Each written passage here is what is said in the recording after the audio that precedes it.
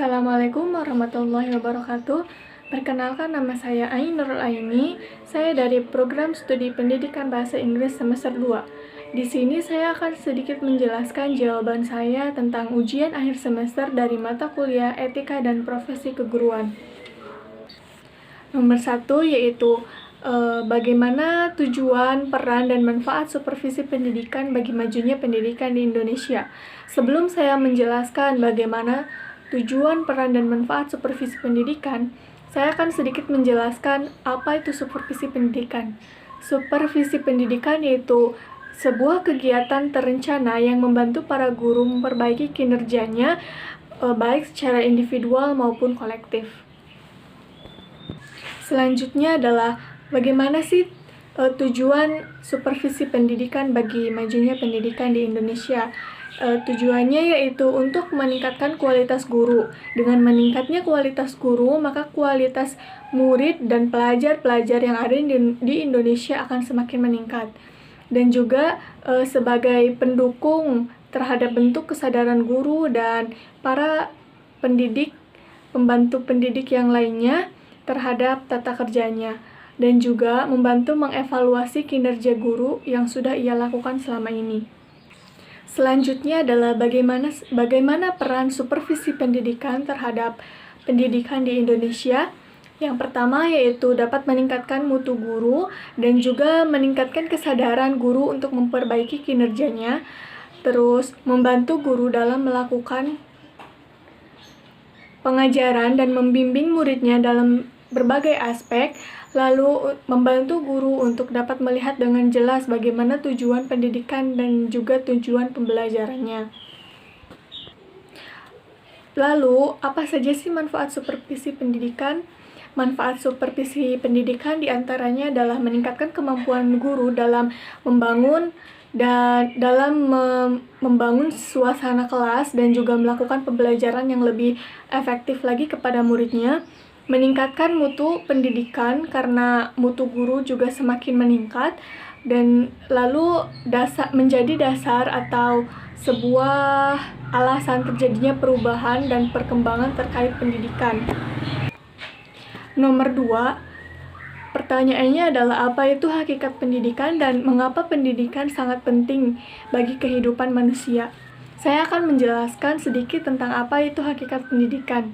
Hakikat pendidikan merupakan sesuatu yang sudah menjadi hak dalam setiap diri manusia yang ia dapatkan dari semenjak ia lahir hingga ia dewasa untuk mengembangkan potensi dan juga kemampuan yang ada di dalam dirinya yang dapat berguna bagi dirinya sendiri, masyarakat, bangsa, maupun negara. Lalu, mengapa pendidikan sangat penting bagi kehidupan?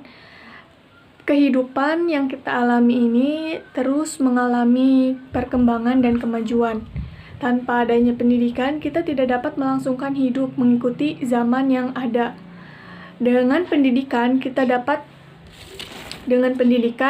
diharapkan manusia dapat mengembangkan potensi yang ada di dalam dirinya, lalu mengembangkan pengetahuan yang ada sehingga kita dapat memajukan negara, bahkan memajukan dunia ini, dan juga kita dapat mengikuti zaman sehingga kita dapat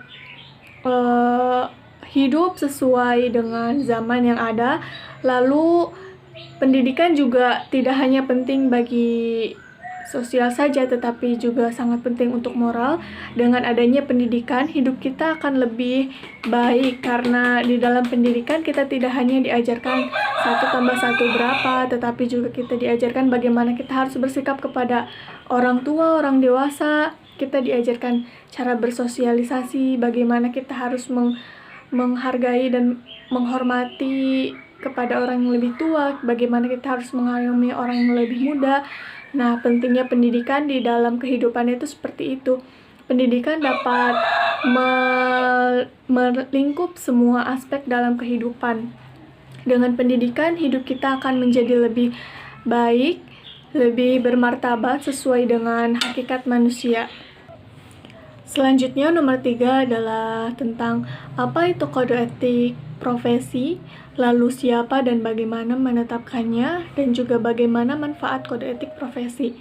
Saya akan menjelaskan tentang apa itu kode etik profesi. Kode etik profesi merupakan norma atau aturan-aturan tertulis yang ditetapkan dan diterima oleh sekelompok profesi yang ditujukan untuk mengarahkan bagaimana mereka seharusnya berbuat dan bersikap dalam menjamin nilai profesi itu di masyarakat, dan juga untuk menunjukkan mana yang baik dan juga mana yang tidak baik, mana yang betul dan mana yang salah. Lalu yang kedua adalah siapa dan bagaimana menetapkannya. Kode etik profesi ditetapkan oleh lembaga tertinggi suatu organisasi profesi yang berhak untuk mengikat para anggotanya dan juga ditetapkan untuk seluruh anggota tanpa terkecuali. Terus, apa manfaat kode etik profesi?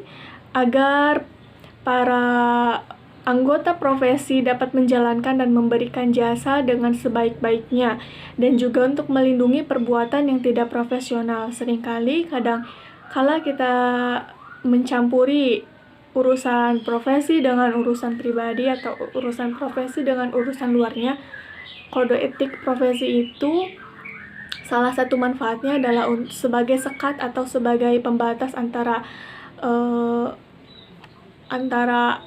yang profesi dan yang pribadi, sehingga kita dapat menjalani profesi kita dengan lebih profesional. Selanjutnya, nomor 4 adalah ada tujuan dari kode etik profesi. Yang pertama itu mencegah campur tangan pihak lain. Maksudnya adalah yang seperti tadi saya jelaskan, membatasi antara pihak luar dengan anggota profesi, sehingga kita dapat menjalankan profesi kita dengan lebih profesional sesuai dengan aturan yang ada, dan juga menjadi dapat lebih terlihat baik di mata masyarakat dan mereka dapat menerima profesi kita.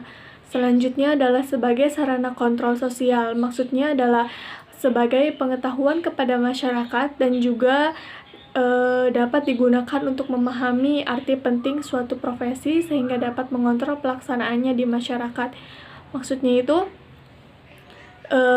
sebagai pengontrol profesi tersebut di lingkungan masyarakat. Lalu ada pedoman bagi setiap anggota profesi. Maksudnya adalah untuk memberitahu mana yang baik, mana yang boleh dan tidak boleh dilakukan dalam menjalani profesi tersebut, dan juga menjadi pedoman dalam prinsip profesionalitas sehingga dapat menjalankan profesi dengan sebaik-baiknya. Yang kelima atau yang terakhir adalah mengapa para guru wajib mengikuti uji kompetensi guru. Menurut saya, uji kompetensi guru perlu dilakukan oleh setiap guru agar kompetensi seorang guru tersebut dapat meningkat. Lalu tentu saja mendapatkan banyak relasi, karena ketika kita menjalankan uji kompetensi guru pasti banyak guru-guru dari luar daerah sana, sehingga kita dapat berbagi pengalaman atau mungkin berbagi bagaimana cara mengatasi suatu masalah, lalu dapat memperkuat peran guru dalam melaksanakan pendidikan, meningkatkan mutu guru, dan juga agar guru tersebut terlihat lebih profesional. Mungkin sekian dari saya. Terima kasih. Mohon maaf bila ada kesalahan. Wassalamualaikum warahmatullahi wabarakatuh.